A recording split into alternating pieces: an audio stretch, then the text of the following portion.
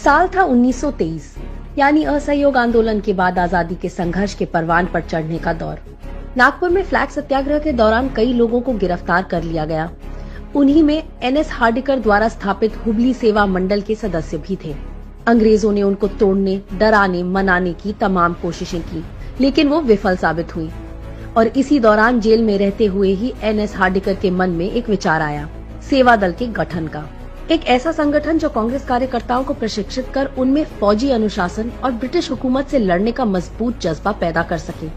Jail से बाहर आते ही हार्डेकर जी ने इलाहाबाद जाकर नेहरू जी से मुलाकात की और सत्य व अहिंसा के मार्ग पर चलने वाले एक लड़ाका संगठन की स्थापना पर चर्चा की। 1923 में सरोजनी नायडू ने हिंदुस्तानी सेवा दल बनाने का प्रस्ताव रखा। पंडित नेहरू जी को इसका पहला अध्यक्ष बनाया गया। यही संगठन आगे चलकर कांग्रेस सेवा दल के रूप में जाना गया।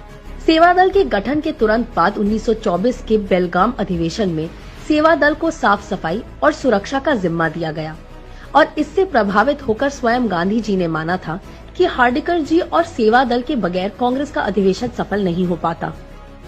आजादी के आंदोलन में कांग्रेस सेवा दल के प्रभाव का अंदाजा इसी बात से लगाया जा सकता है कि 1932 में सेवा दल की क्रांतिकारी गतिविधियों और लोकप्रियता से घबराकर अंग्रेजी हुकूमत ने इस पर प्रतिबंध लगा दिया। सेवा दल की लोकप्रियता और महत्व का अंदाजा इससे भी लगाया जा सकता है कि पंडित नेहरू जी से लेकर राहुल गांधी जी तक सबने सेवा दल को कांग्रेस का सच्चा सिपाही कहा है।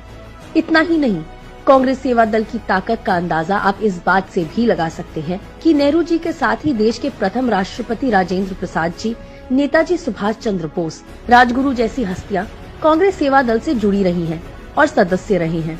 कांग्रेस सेवा दल हमेशा से भारतीय जन समाज की रीढ़ रही है। कांग्रेस सेवा दल कांग्रेस की मजबूती रही है। कांग्रेस सेवा दल की मजबूती का मतलब है देश की मजबूती, क्योंकि सेवा दल के विचार में देश महत्वपूर्ण रहा है। कोई धर्म, संप्रदाय, जाति या वर्ग नहीं। इसी धरोहर की आज देश को जरूरत है।